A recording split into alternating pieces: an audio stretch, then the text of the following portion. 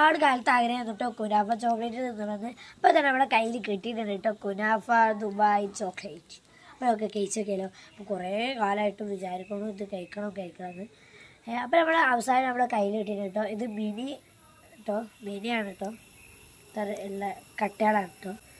അപ്പം ഞാൻ റീൽസിന് ഇങ്ങനെ കണ്ടിരുന്നു കേട്ടോ ഈ കുനാഫ ചോക്ലേറ്റൊക്കെ.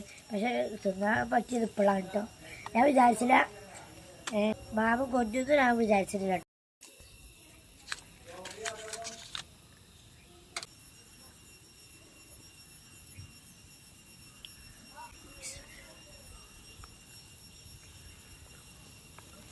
ഇതിങ്ങനെ ഒരു പാക്കറ്റാണ് കേട്ടോ മാമ കൊടുത്തത്. അടിപൊളിയാണ് കേട്ടോ. കിടക്കാച്ചി പൊളപ്പാച്ചി കിണ്ണ കാച്ചിട്ടാണ് കേട്ടോ. നല്ല രസമുണ്ട്.